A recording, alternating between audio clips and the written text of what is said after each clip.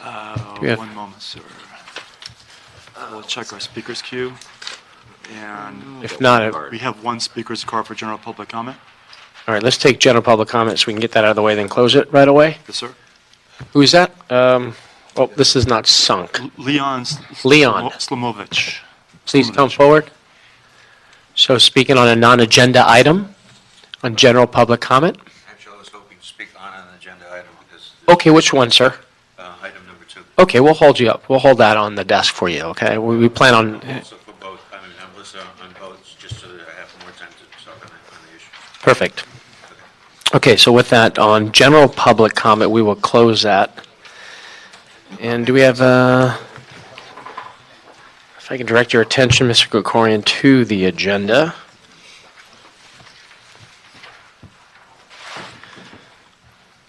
So on consent, if we can take 3 and 4. 3, 4, 5, 6, 7, 8, 9, 10, 11, 12, 13, 14. 3, 4, 5, 6, 7, 3 through 14. 3 through 14. Yes. No objection, Mr. No objection. We'll send those out. We'll have to leave on Thank you. 5, receive and file on 5. Yes, sir. Very good. Okay, that'll be the order without objection.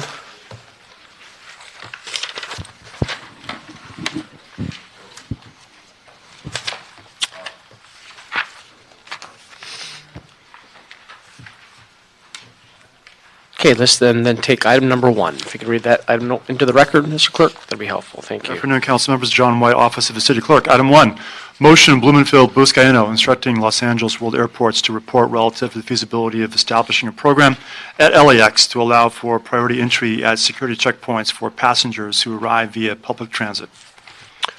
Okay, looks like we have airport staff here. Good afternoon and welcome. Good afternoon. Michelle Schwartz, Chief External Affairs Officer for Los Angeles World Airports. Mark Adams, Government Affairs Director.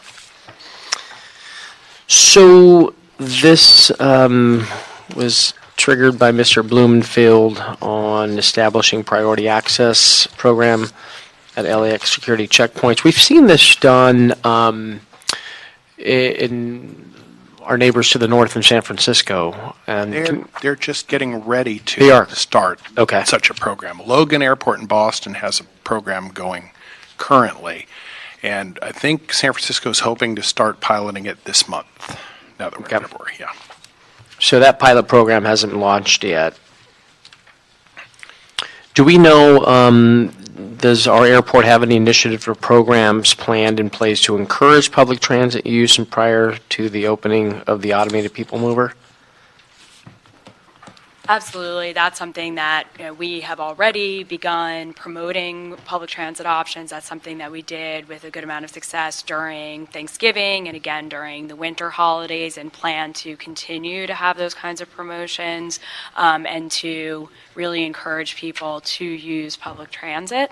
And we are going to be looking at even more ways of doing so as we move towards the opening. We have one thing that we have been doing this year is looking at establishing a new mobility unit at LAWA, and so that will be heavily engaged in examining these options as well. Very good.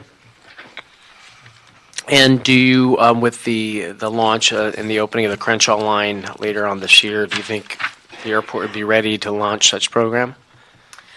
I think that it's something that we're going to have to look into in more depth. So as Mark indicated, we've begun having some conversations with Logan, with SFO, to understand what they have done or what they're contemplating doing, and we'll have conversations with LA Metro and LA DOT as well. So it's something that we are looking into. We have some some challenges given that we have so many different security checkpoints to figure out how Sure. how something like this would work exactly for us.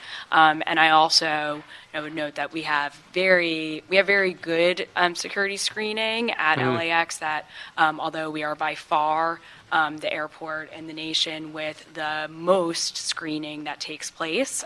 We're at about 40 million per year for TSA screening. Our next closest, JFK, is at about 30 million per year. And so we are by far the highest number. And yet, if you look at, for example, over Thanksgiving, for all of the mega hub airports in the country, Right. we actually had the lowest screening times. And so our TSA does a very good job. That said, we know that we want to look at every option that we can for how we encourage the use of transit. So it's certainly something that we are happy to look into further. Or again, you can just incentivize the use of public transportation. If you take that to the airport, you get to cut in line, bottom line, right? We have a Metro board member here before us. I'm looking forward to that. Look forward to Creating the report. and hearing back. So with that, we'll adopt and approve item number 1. Unless you have any questions, Mr. Corcoran, you're good? All right, we'll send that to council. Thank you so much. All right, let's take item number 2. Item 2, motion, Buscaino-Bonin, instructing LAWA to report relative to changes to taxi and rideshare pickup policies at LAX.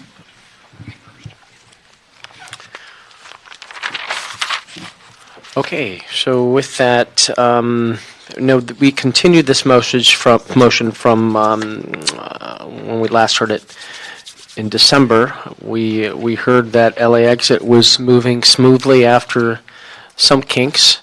We also wanted to hear this item again in committee after the Christmas Hanukkah season. So I wanted to check if I can call up Ms. Schwartz again to see how did the traffic congestion improve in the CTA. How was it over the holiday season compared to when we first launched it? Great. Well, thank you for the opportunity to report again on this item.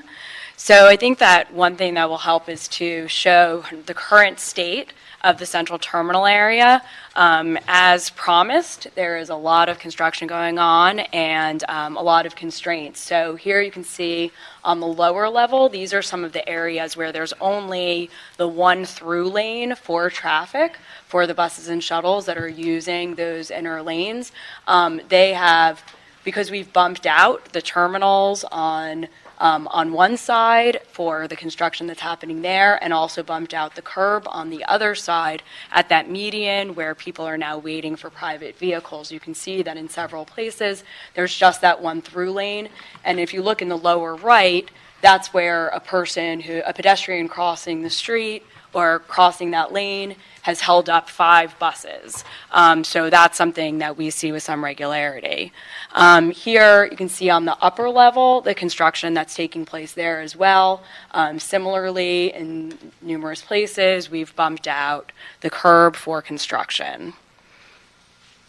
Here you can see we are now up to 3 tower cranes in the central terminal area. We are expecting that we will be going up to 8 tower cranes. And here you can see that in the middle of the horseshoe, so Centerway, Eastway, Westway, that we've had lane closures and in some places complete closures between some of the parking structures as we construct the guideway for the automated people mover train. You can see that the columns that are going to hold up that guideway are going up. So construction everywhere you look and a lot of roadway impacts as a result. So the current LA Exit status, I'm happy to report that we are now at 3 months of efficient operations, that we are seeing the benefits as far as reduced numbers of vehicles in the central terminal area that we had hoped for. So we're seeing that on average daily 11 to 13% reductions year over year. And a huge part of the success has been the kind of bus rapid transit system in the inner lanes on the lower roadway. So that has led to really the shuttle wait times of 3 to 5 minutes, and 12 minutes average from shuttle pickup to get to LA exit. That's if you're coming from some of the, some of the earlier terminals, so say Terminal 2. Obviously, if you're coming from Terminal 6, it's a lot less than that. And we are seeing very consistently minimal wait times for taxis and for ride-up vehicles at the lot. And as a result of this success, we are seeing, in contrast again to those first few days, that we are seeing on social media a lot of people who are saying, well, I tried this out early and it was a problem, but now it's working really well.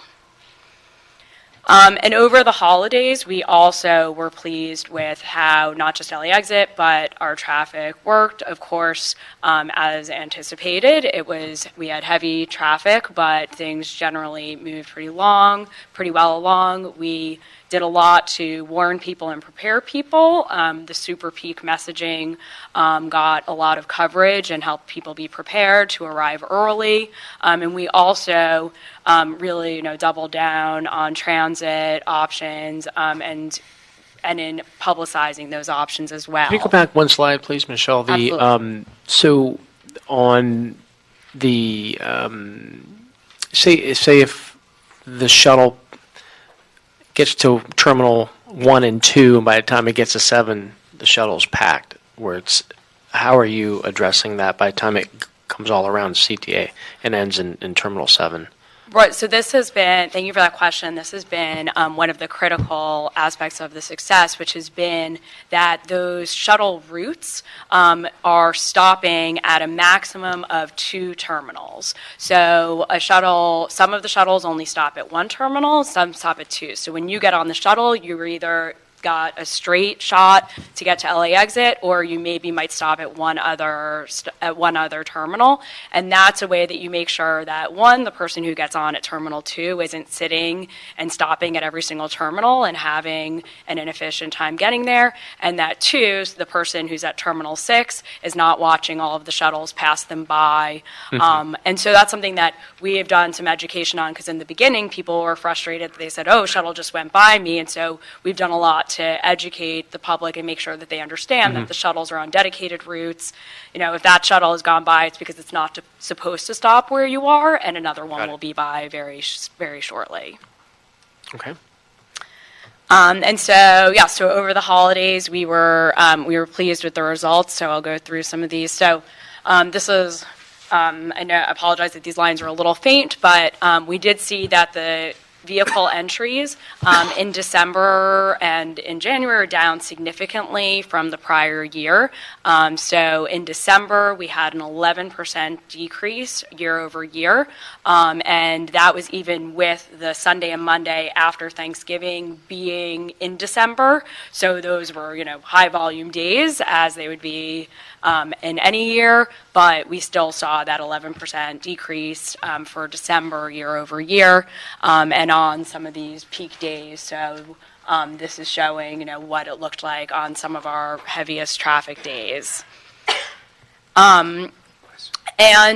And we still had high passenger volumes, so we still had really the same number of people coming to the airport. It's just that we know that a lot of them were going to LA exit as opposed to going into the Horseshoe where things are so congested. And then the ultimate goal is to reduce the traffic due to the construction happening in the CTA, correct? Exactly. So it's that we want to, as we have that construction, as we have so few places for people to go and for the vehicles to go, to prevent there from being the backups into the neighborhoods and things from going to a complete standstill, we needed to get those cars out of the CTA.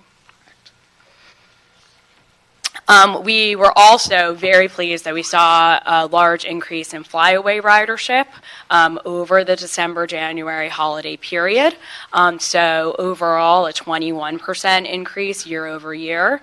And this shows you for the different for the different lines what those increases were. So this is something that we are very, very excited about and want to be able to build on in the future as well. Dennis, did you take the flyaway on your last trip? I did not. Okay, I have to fix that. He said there's a flyaway 2 blocks away from us. There is. So I didn't take it. it'll reflect your rating. Guy for you. It's going to reflect your rating for the record. And so looking ahead at what's up ahead for LA Exit. So one item is that in December, right before the holidays, we did have a fire on an LA Exit shuttle. That's something that we've been investigating, and out of an abundance of caution, we took all of the green LA Exit shuttles out of circulation and replaced them temporarily. And so we are anticipating that we'll be able to reintroduce those shuttles this month. So that's one of the big priorities that we have, to be able to obviously do that with complete safety assurances, but we want to get those back when we can.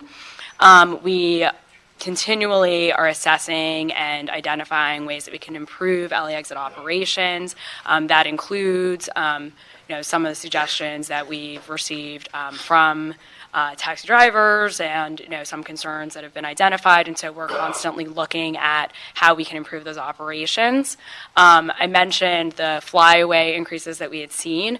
We will be putting out a request for proposals on flyaway service this year. And I say flyaway service kind of as a shorthand, but we're really hoping that we get innovative proposals that help reimagine what that service can look like, and additional ways to get people into higher occupancy modes. We continue to coordinate with the LA Department of Transportation, looking at their interest in increased regulation over the TNCs, and our shared interest in increased data collection from the TNCs.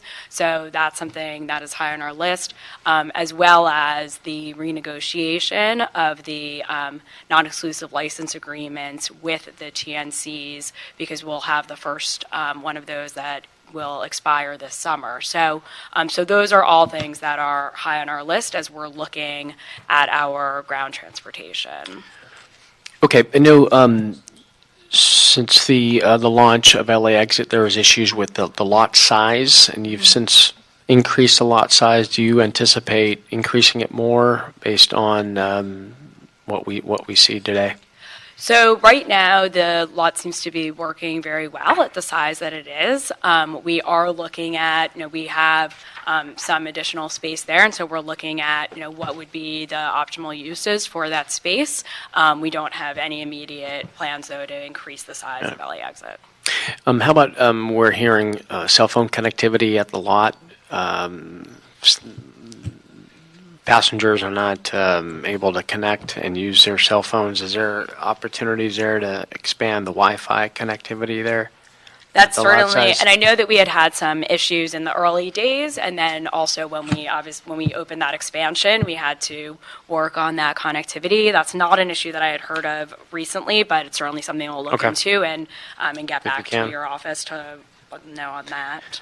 And there has been recent news of the taxi drivers who have expressed continued concern and disappointment based on taking a hit for their businesses. And we, again, have a large number of taxi drivers here represented, and they'll have an opportunity to speak. I'm actually going to have them an opportunity to present a few slides in response to the ongoing concerns and challenges at the LA Exit lot.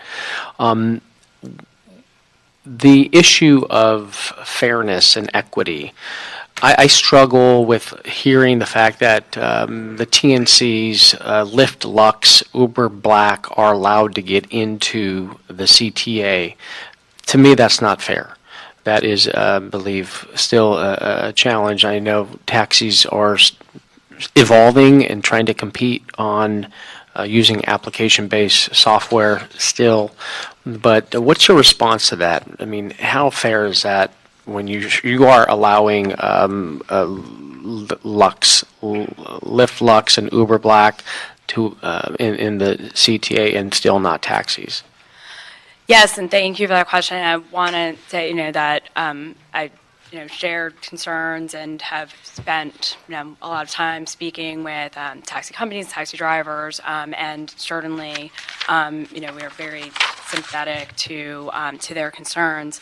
On the Uber Black and Lyft Lux question, they are TCPs, so and they are regulated as such, and similar to limousines and town cars.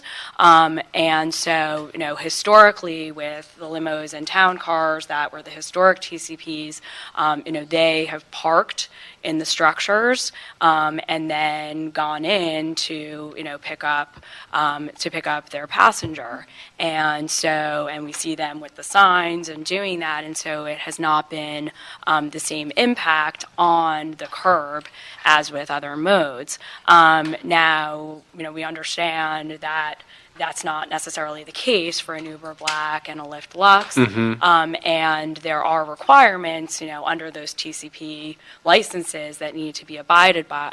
So those are things that we are definitely looking into. There's more of an enforcement issue then. It's for enforcement, and also if there are things that we should be imposing as additional requirements to kind of, in a way, memorialize what has been the historical practice of those that you didn't really need to have in the non-exclusive license agreements for the TCPs, because it was the way that things were always done. But now if we're seeing that that's not how things are working, it's something that we are looking at, and that we're exploring what our options are legally, because we're not allowed to do things that are discriminatory against different operators within a classification. But it's definitely something that we share that concern. We do not want gamesmanship going on, and so that's something that that we are looking into what our options are in order to prevent that kind of gamesmanship and unfairness from going on. Okay. At this point, I'd like to call up a representative from the taxi companies to come in. I know they have some slides. I want to give them and afford them the opportunity to share their frustrations in light of what's been taking place and the ever-growing frustration. Ms. Schwartz, if you don't mind, I'm going to have, is it Adam going to speak on behalf of the... And I do know that we have a number of individuals that want to speak on this item as well. I'll call you up here shortly. Thank you. I'll give you 5 minutes just to present your slides, and then we're going to turn it to public comment. Mr. Chairman, thank you very much for allocating time for us to discuss the taxi operations at the LAX. I'm John Obagdinian from LA City Cab. I've been working for the past year with LAWA staff representing the taxi industry. Bill Ross to my right has also been partnered with me in working with the LA Exit Lot. And we also have Mr. Adam Proboski. He did a survey for us that I will respectfully request if I will cut down as much of my time as possible so that I can address some of the issues that have been presented by LAWA staff. As they presented that everything is going well at the LA Exit operation, I respectfully disagree with that assessment that staff has presented to you.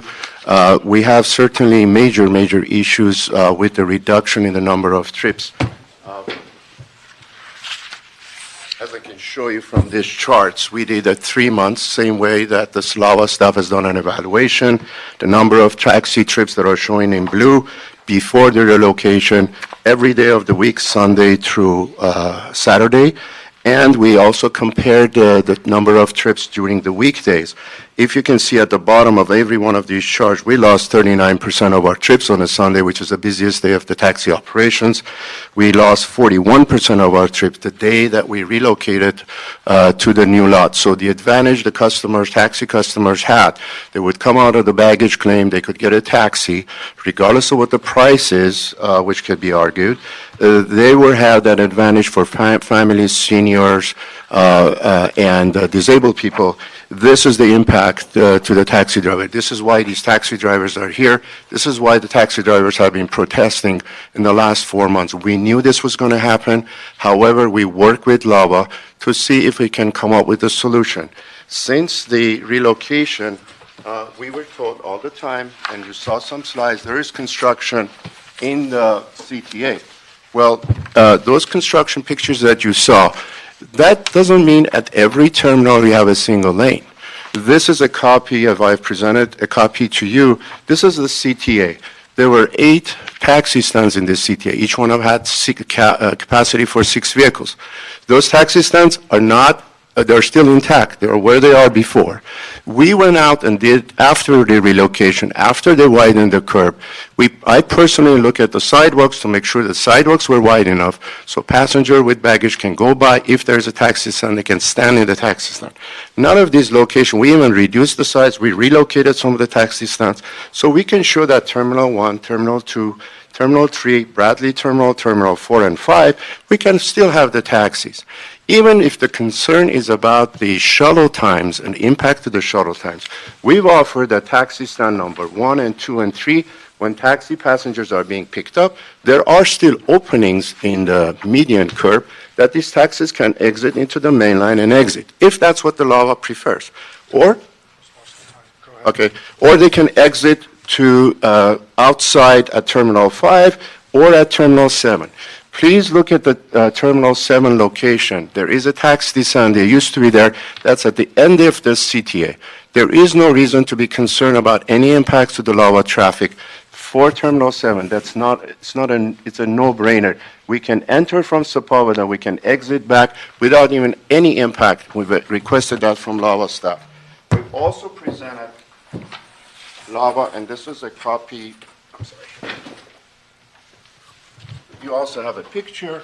These are all the taxi stands with the sidewalks. So what we're requesting from this committee, from LAWA for the City Council of LA, is that allow us to go back into the CTA.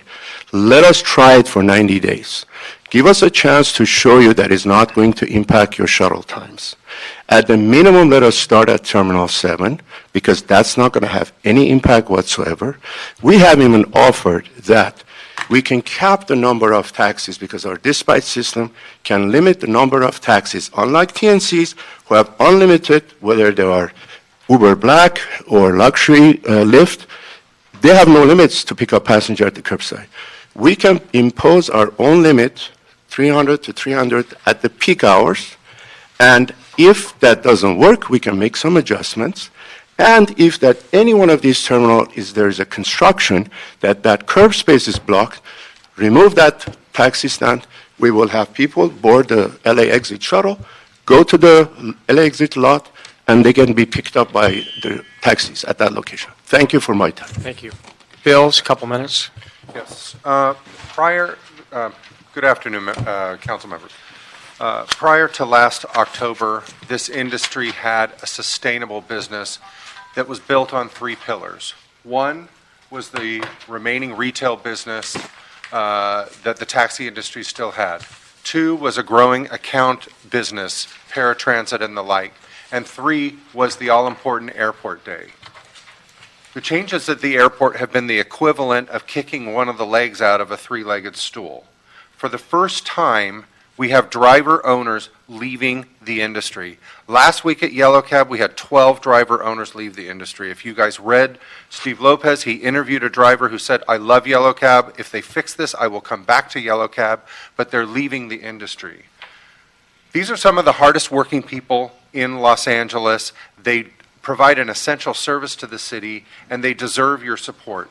They have survived all of these years through their own hard work, in spite of the fact that the rules have been stacked against them the entire time. This city needs to finally show that it does in fact care about working families. We need your attention on this, and we need it now. Thank you very much. Thank you.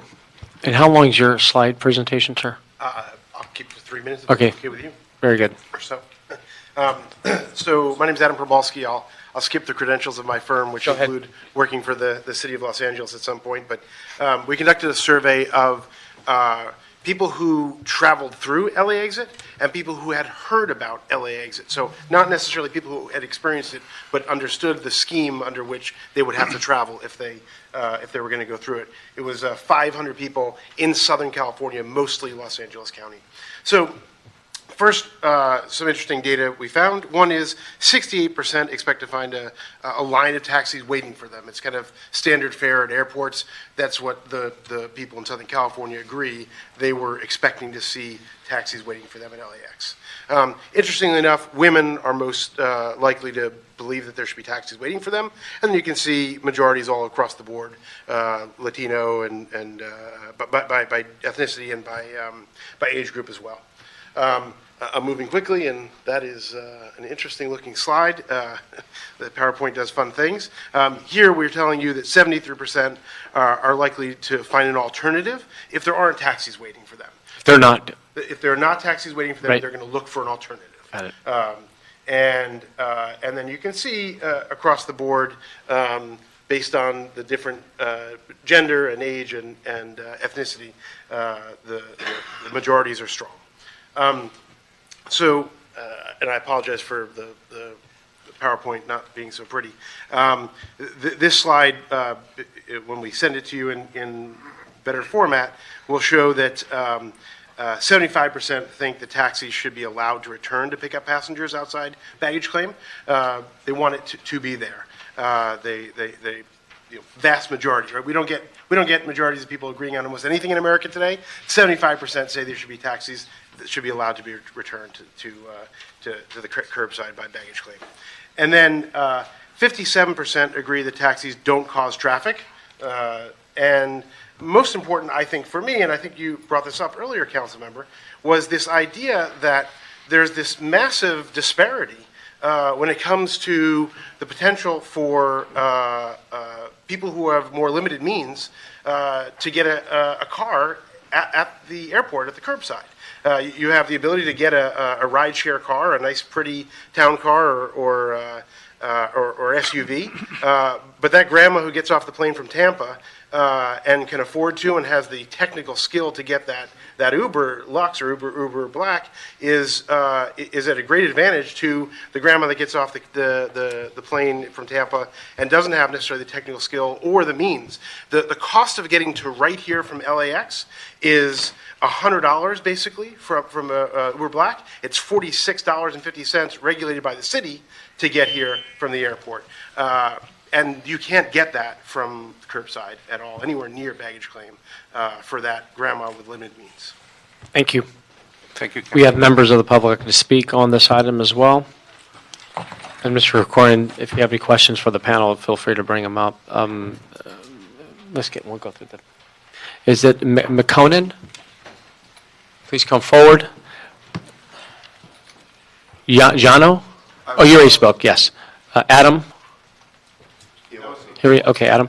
Savinia Stichu? Savinia, please come forward. Martin Manukian? Just take a seat and find a microphone. Good afternoon. Good afternoon. My name is McConan. I'm a cab driver. Today I was supposed to work at the airport, but since practically we don't make money there anymore.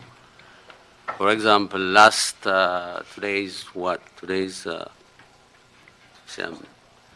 anyway, the last airport day, usually in the previous situation, 4 months, I used to make 10 to 14 trips.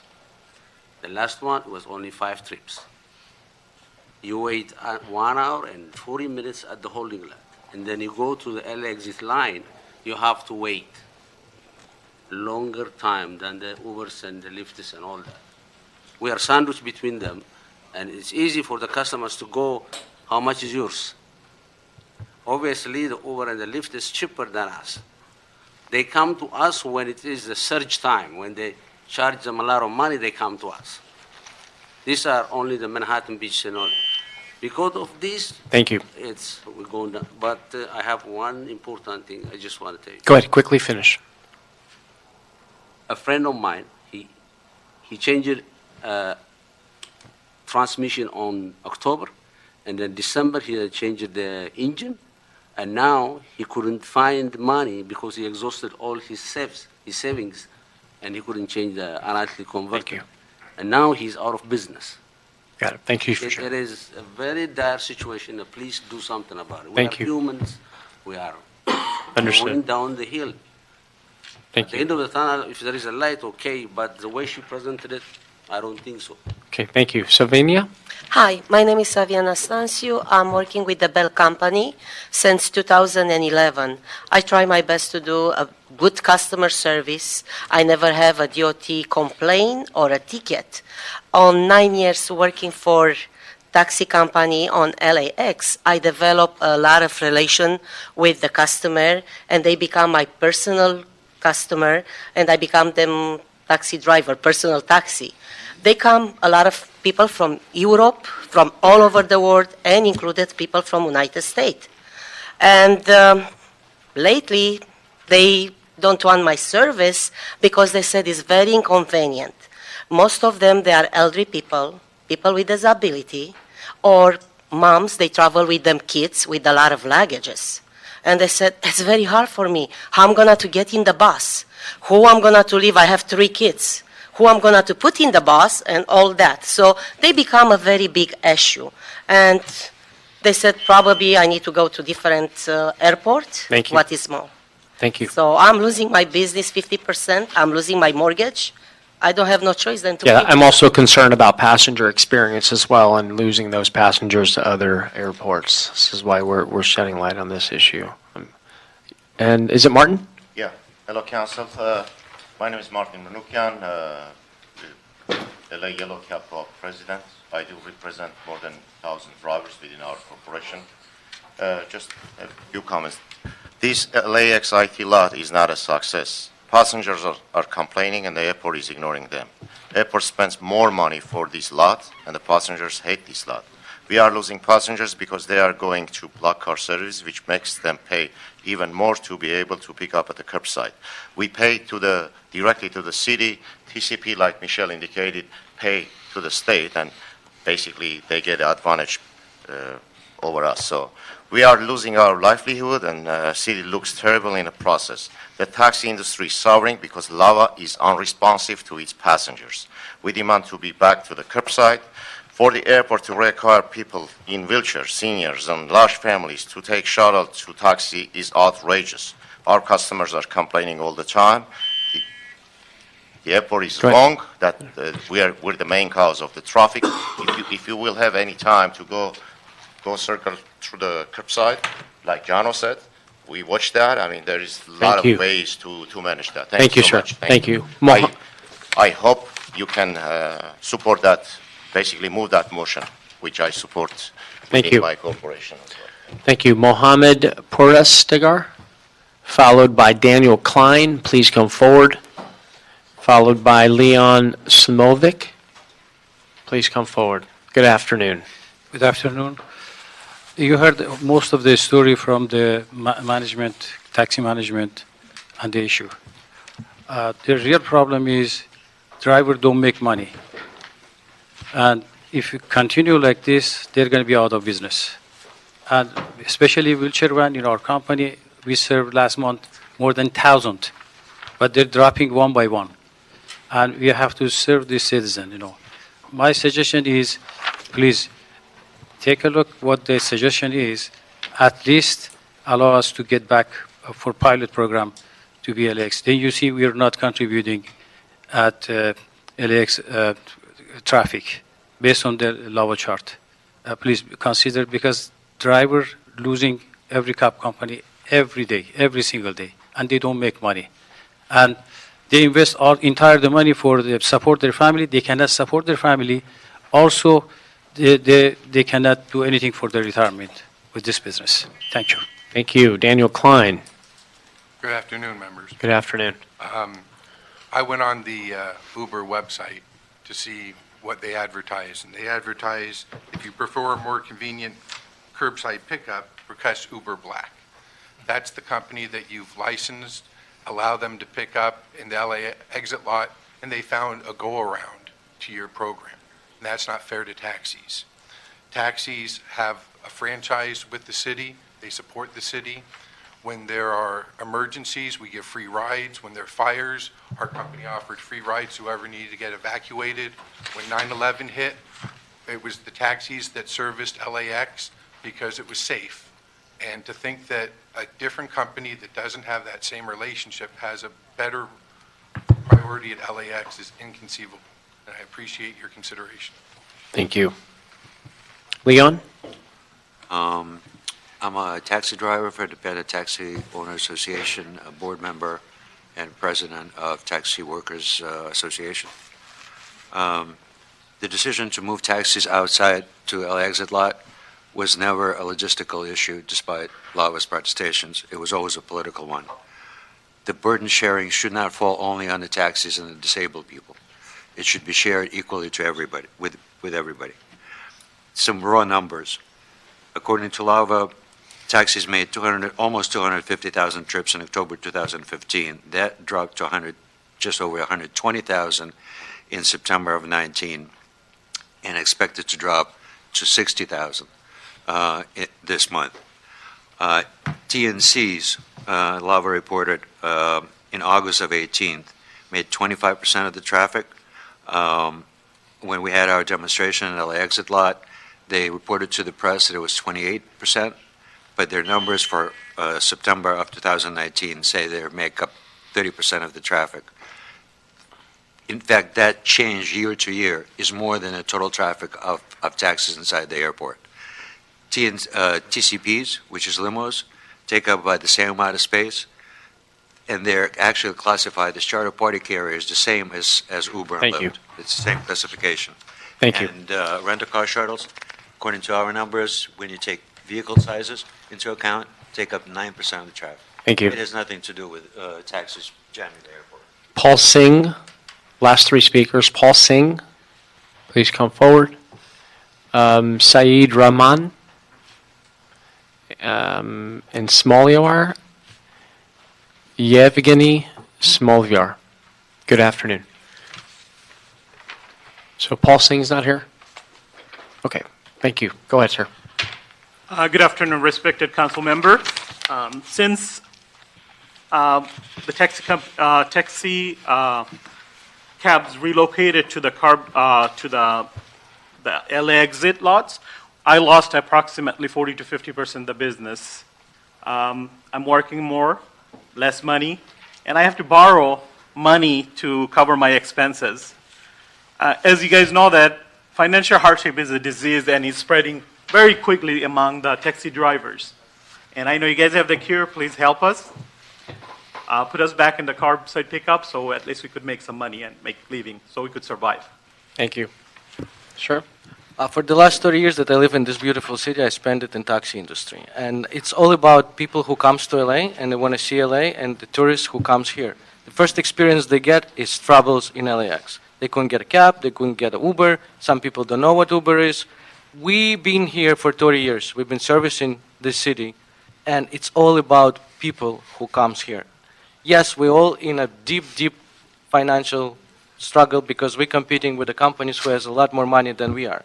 But like you said, it's about customer experience. Customer needs to come. We're one of the biggest airports in the United States. Super Bowl is coming. Olympics are coming. We're all generating a new technology to help people. But in our perspective, it's all about customers. First thing they need to see, easy transportation. Uber and Lyft doesn't have handicap services. We do. Uber and Lyft doesn't charge people the way that we do, a set price. If you look at their application right now, their price is completely out of sync. Every day is changing. So it's for the customers. It's for the people who come to this beautiful city. Thank you. Thank you. I want to call up Jono, maybe Bill, to come up. I think something that it's been talked about here in committee and just throughout our city. Oh, is it Miguel Espejo? Hold on. I have one last speaker. Just for me. You stay here. Go ahead, sir. Hi, I'm Miguel Espejo. I am a taxi driver since 3 years ago. The beginning it was good business because we used to make 14, 16 trips every airport day. First of all, I want to inform, we are not allowed to go every day to pick up passengers inside the airport. We go once every 5 days. So we are organized by numbers, A, B, C, D, and E. So You're talking the LA exit lot? Yes, yes. So that's because we don't want to cause any congestion at the airport and outside in the city. Uber and Lyft, they don't have that limitation. They go every day, they have no limits. So but we have limits because we don't want to cause congestion inside the airport and outside the airport too. So actually a lot of people are quitting because the business is really, really low. Thank you. Thank you so much. So what's the taxi industry doing to compete with the ongoing evolution of technology today? Well, it's fingernails on the chalkboard for you to tell me that it's a technology thing, because by the time Uber took its first ride in Los Angeles, we had already taken 2 million app rides. So to us, it was never about the app, and we argued this till we were blue in the face at the PUC, and the PUC ignored us and said it is about an app, even though we had already taken 2 million app rides. The TNCs have a number of advantages that are created by their loose regulatory structure, including everything from fees to onboarding of drivers. A driver can get onboarded in an Uber in less than 24 hours. For us, it's a month. People come to taxi often as a career of last resort, often as something where they need to put food on their table immediately, and the onboarding process is a total disadvantage.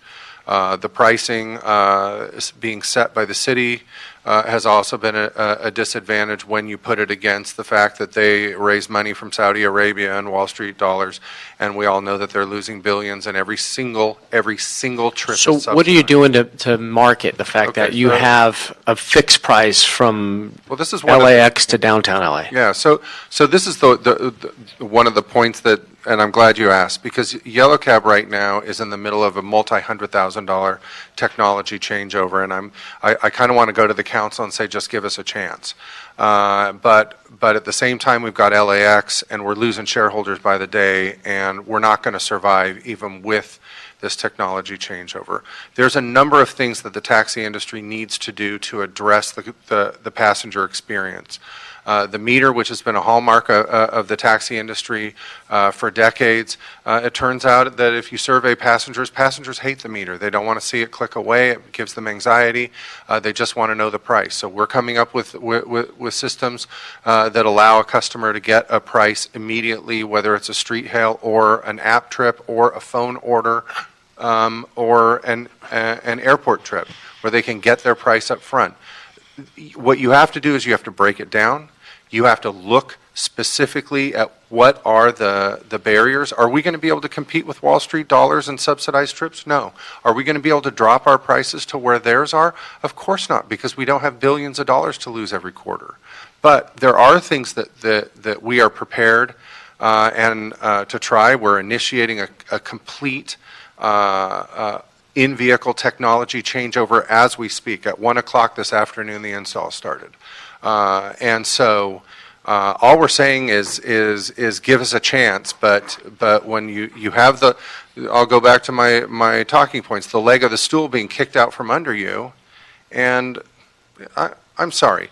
I've been traveling a bunch lately. Those lanes are empty. And one car every 10 to 15 seconds, which is what we would be putting in there, is not enough to jam up that.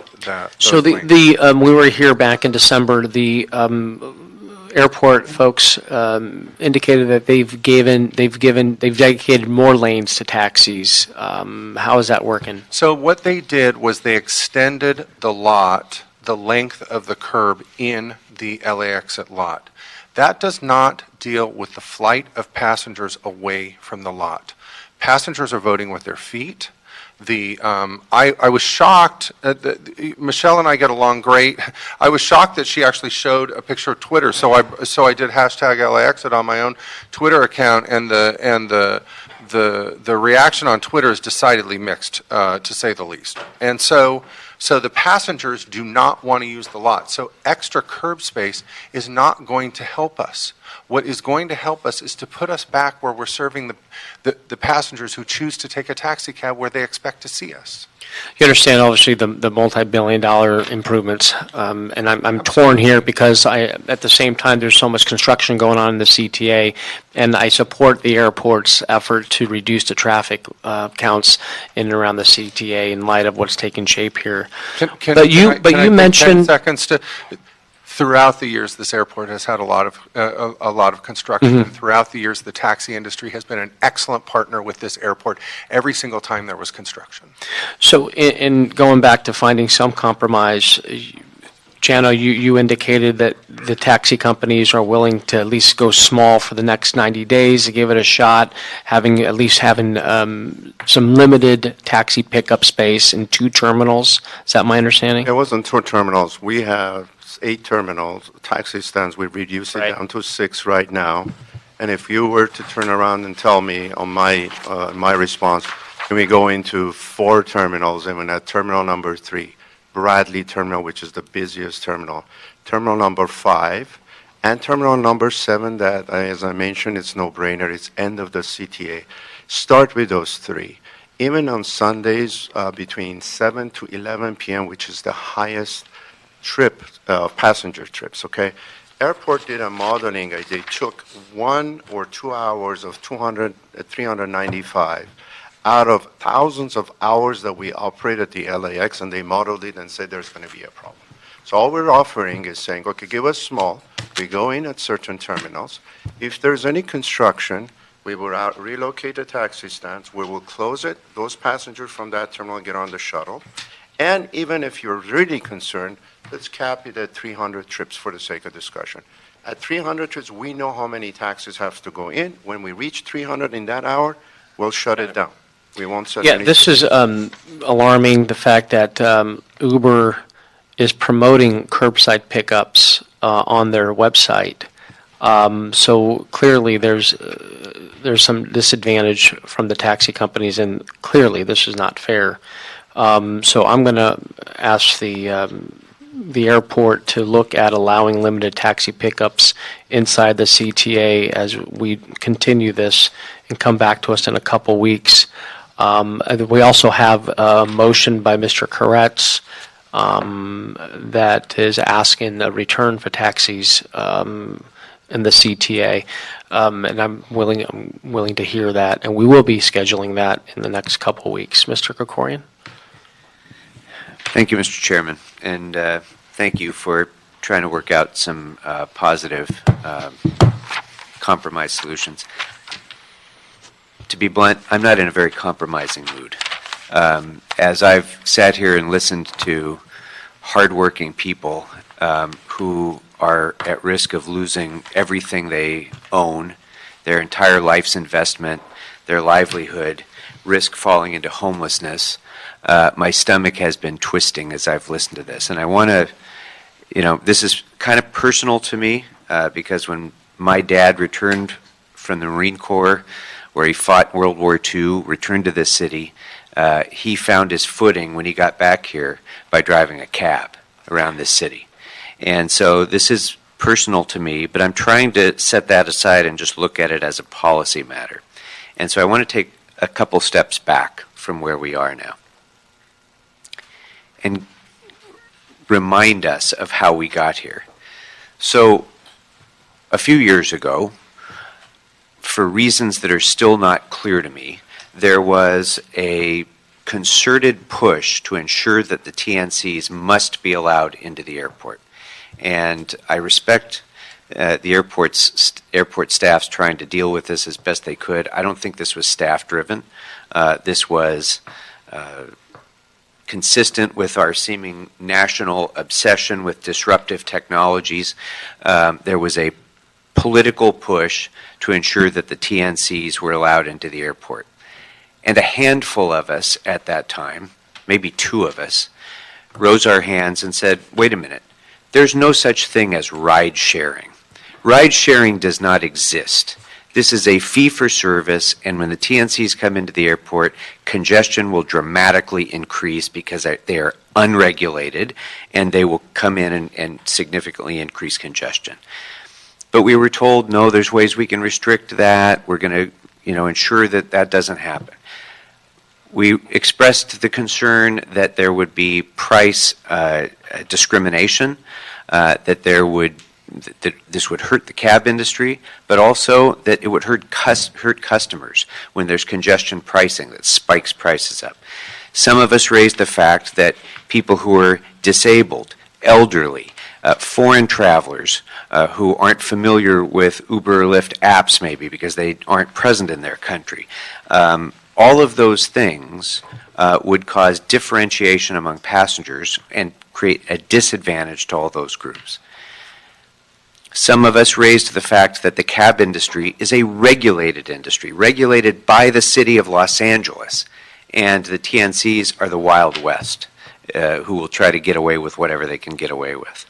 And yet, we entered into the NELAs. Okay, so then we had a distinct failure, in my view, to enforce the terms of the NELAs.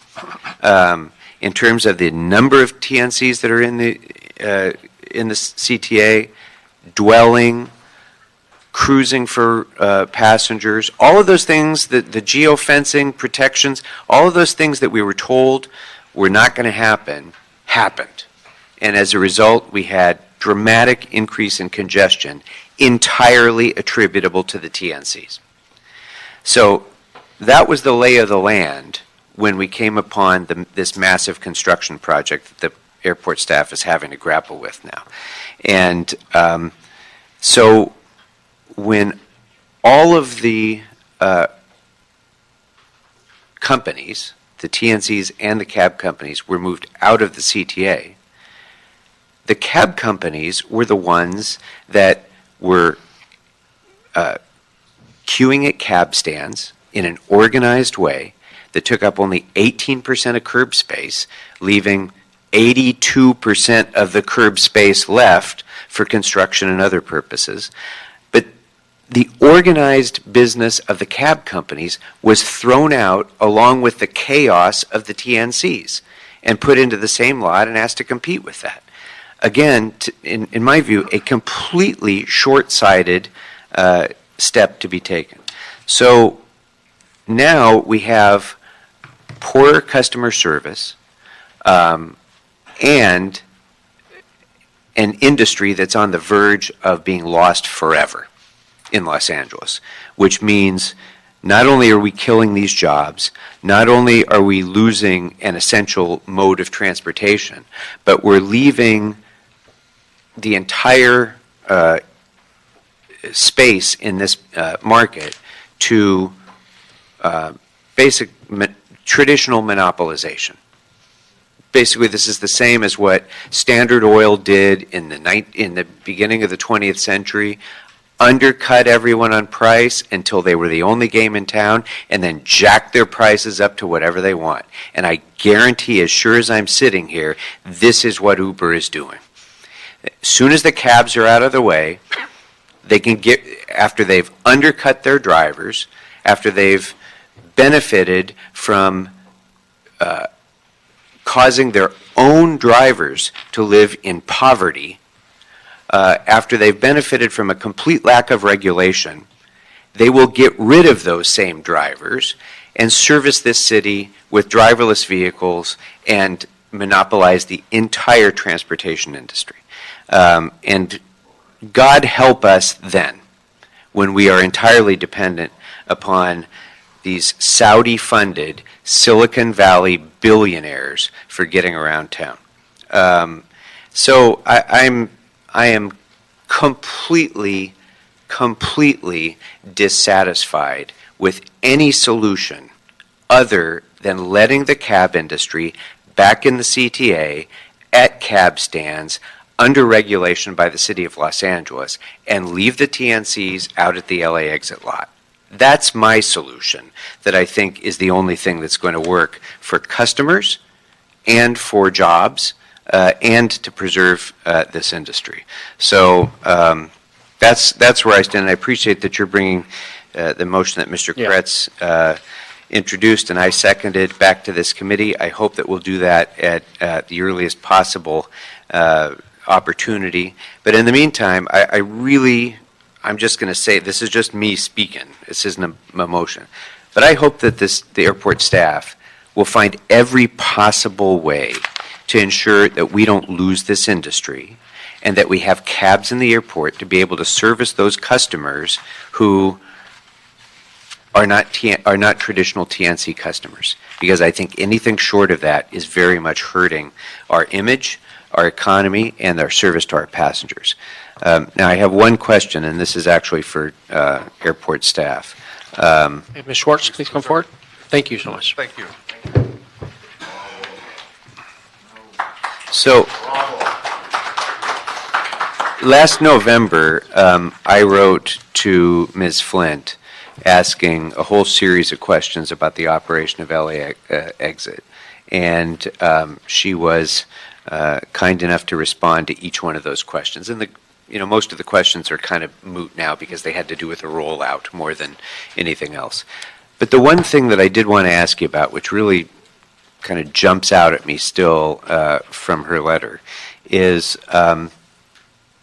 when I asked, sorry, multiple pages here, when I asked about dwelling, that there had been a lot of speculation that TNC drivers are dwelling in the lot, they're waiting to be matched with a ride, they're circulating and so on, would have been a violation of the NELA. And the response from Ms. Flint said, we are concerned about any indication that, well, let me start a bit. Uber's PIN system and Lyft's Fast Match system are supposed to match driver supply to rider requests that have been received. We, LAWA, we are concerned about any indication that is not the case and will be looking into such allegations. The balance between TNC driver supply and rider demand has been a constant area of focus for LAWA since the opening of LA Exit, which has given us a clearer lens into these companies' operations. In what way does the airport now have a clearer lens into those companies' operations? What have you learned about NELA compliance and the operation of the TNCs as a result of this experience? Right. So, and thank you for that question. I think that at the beginning, one of the concerns when we were talking about the driver supply and the rider demand, one of the things that we saw, particularly in that first week of operations, were that there was an imbalance that you would see, and this was where a lot of the surge pricing was coming in. A lot of the drivers drive for both Uber and Lyft, and so what we were seeing was that they were sort of competing for those same drivers, and so they would have these very large surges in the pricing. One of them that would drive all of the drivers to one, while all of the riders were holding out for the lower price, and so that's when you had those terrible pictures of a lot of our guests who were kind of waiting on the curb and overflowing and no cars, whereas at another place there were cars and there were no people. So that was one of the things that we really saw, and it was something that potentially was going on when they were spread across all of these different terminals, but that we didn't have that visibility to when they weren't in one place all at the same time. It's something that we've seen largely even out over time as the operation has become more mature, but that was one of the things that we had gotten a lot of insight to in that beginning. Okay. You heard the presentations from the cab industry, and one of the points that they made was about the taxi stand at Terminal 7 and the fact that Anderson exits directly onto Sepulveda and should not, or if it's done properly, it might not influence traffic flow in the CTA, in the Horseshoe. So is there some reason that we can't just do that tomorrow? So I think that, and again, I know that your question had sort of these different caveats and the might not and should not. And what we have seen is there are so many that every time that we make a change, there are a lot of follow-on effects that come from that. And when we did take a look at that, as we did take a very close look at all of the proposals that we received from the taxi industry. And with that one, we saw that we had very strong concerns about backups going out to Sepulveda. There is kind of that turnaround that's right in that same area, and it is an area that gets very congested. So we had very strong concerns about that as well. We continue, and I will say that we have analyzed every proposal that we've received. We spend a lot of time trying to think through what are the different options that we can do that without really, in this very sensitive environment that we're in, upsetting the whole apple cart. And, we can't, at this point, we are where we are in the situation with all of these closures that we have and the system that we have, and we're trying to figure out, how can we be helpful without introducing chaos. Has DOT been involved in that analysis? For example, with impacts on Sepulveda Boulevard? Because it seems to me that they ought to be able, we do this every day. DOT does this in every boulevard and every corner of Los Angeles. We figure out how to deal with traffic impacts. And so it seems to me that it's a bureaucratic issue that should be easy to solve. That's what we do. We have not specifically engaged DOT in that question. That's a conversation we can have. We have generally found that there have not been easy solutions to any of these questions, but that's something that, we can take as certainly a to-do, is to engage them on that question. I think that would be good. That is their area of expertise, after all. So if, at least with regard to taxi stand at Terminal 7, since the concern is mainly Sepulveda Boulevard, let's see if there aren't some traffic management solutions on Sepulveda Boulevard that could alleviate those concerns, and we can get that stand open. So I think, we can certainly look into that and have that conversation. I know that there are some other potential impacts as well, but we will look at that. And, and know that Councilmember Bonin is not here, but of course we want to make sure that, that we're not doing something that is going to cause those backups into the community. Of course. All right. Thank you, Chairman. I think that's all I have for now until we have further discussion about the motion itself. Thank you, Mr. Krikorian. And Michelle, while you're here, the other, as far as traffic engineering proposal on freeing up the taxi stand 2 and 3 between Terminal 2 and 3, right? They're indicating they can cut through. Oh gosh, how can I show this?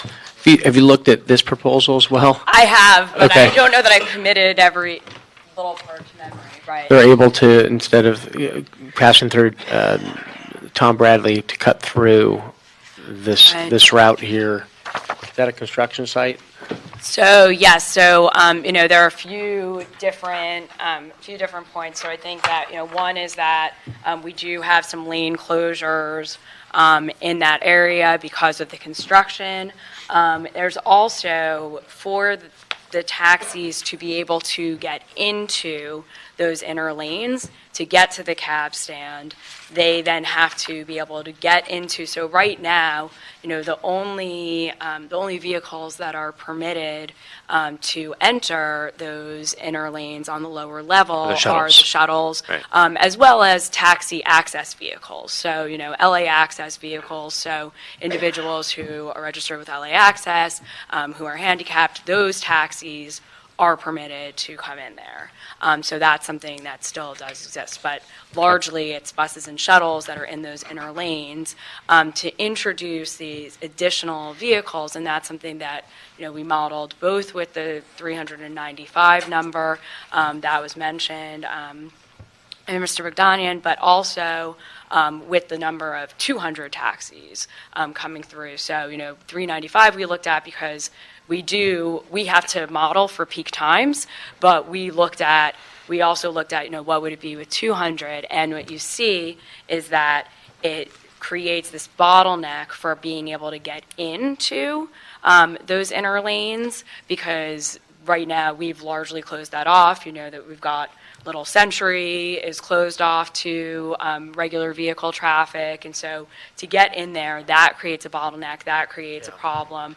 And then also even getting out, if we were to reopen the slip ramps, so you have, at that point, if say you have a taxi that's waiting to get out of that slip ramp, then because there's traffic coming by and, those outer lanes on the lower level are very busy and have a lot of cars, the private vehicles and rental car shuttles. So if you have a taxi that's trying to get out of one of those slip ramps and is waiting, we only have, even at the maximum within those inner lanes, the most that we have is 2 lanes. So one is a lane where there are pickups and drop-off, or pickups, and the other one is the transit lane. Well, if you have a taxi that's waiting to get out of the standing slip by, ramp, it's going to back up. then nobody can get through, then those buses aren't going to be able to get through. So it's just, every time that you pull a lever, something else. So all of these recommendations, suggestions from the taxi companies you've taken into account?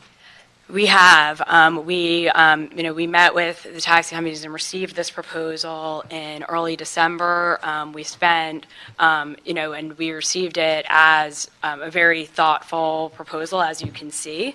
I am not a traffic engineer, so, and I know that Mr. Bogdanian is one, and it's a very, very well thought out proposal. We took that, had our traffic engineers really analyze it, looked at it, met again, said, look, here are the issues that we found.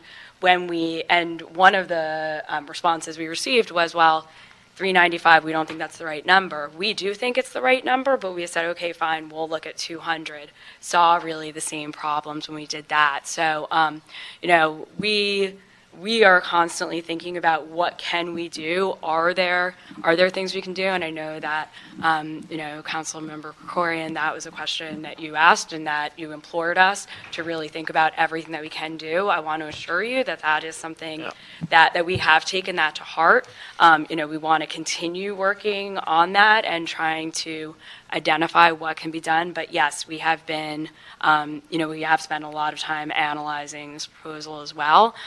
We want to be helpful, but we also know that we can't do something that is going to cause, traffic, that is going to cause people to be missing their flights, and that is going to cause traffic backing up into the neighborhoods. Again, it's just, I understand significant improvements being made, significant infrastructure project before us. It's going to get worse before it gets better. It's clear, but it's not forever. But in the interim, I'm also concerned about, the passenger safety. As chair of the tourism committee, I want folks coming back to our city. And if they're getting a bad experience, their first impression is traffic and frustration into our city. It's a concern. I mean, going back to Mr. Krikorian's recommendation is, it's like, let's dig deep into Terminal 7 and see what you guys can come back to us in a couple weeks, at least giving them opportunity. Again, if we're talking fairness, if you're having Uber Black and Lyft Lux coming in and out of CTA, why not taxis? That's not fair. And I will say we did, in a conversation with the taxi companies, we brought up, was there a way to provide a TCP option there? I understand that is not their business model. There are some taxi drivers who do have both. Well, then we got to ask our taxi friends here to at least be open to looking at that model.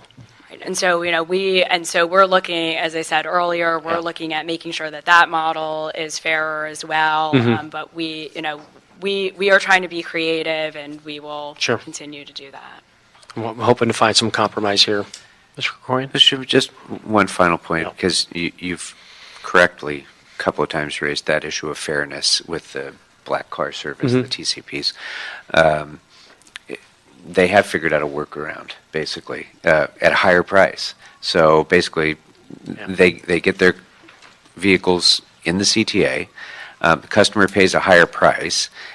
So it's not only an unfair situation for those vehicles versus the cabs, it's really a fundamentally unfair situation for passengers. If you're a guy who can come off the plane and afford to lay out the dough for a black car, you get curbside pickup. If you're a working class, guy who gets off and, doesn't take limos around town and you're looking for a cab, well, you get on the shuttle and with your kids and your luggage, you head out to the satellite lot. It's just fundamentally wrong. Everybody who gets off a plane, especially, families coming from a foreign country who, are going to be confused by this, elderly passengers who are confused by this. I mean, I just think there's no solution to this that doesn't involve stepping out of the terminal and being able to look for a place where you can get your ride. And, that means cab stands. It's as simple as that. So I think it's not just a question of being fair to these businesses. It's being fair to our passengers as well. So with that, let's continue and this item and request y'all, the airport, to come back with the feasibility of having some limited access to pickups inside the CTA, and we'll hear back from 2 weeks, and at which point we'll hear Mr. Corretz's motion. And we expect at least having a report back from the airport. And going back to our traffic engineers, bringing in LADOT folks, giving a hard look at Terminal 7. This doesn't have a direct impact to the CTA since it's tucked out closer to Sepulveda. But again, trying to balance the needs of everyone and being fair. All right. Thank you. That'll be the direction. And with that, anything else before us, Mr. Clerk? No, sir. Okay, we're now adjourned. Thank you so much for joining us.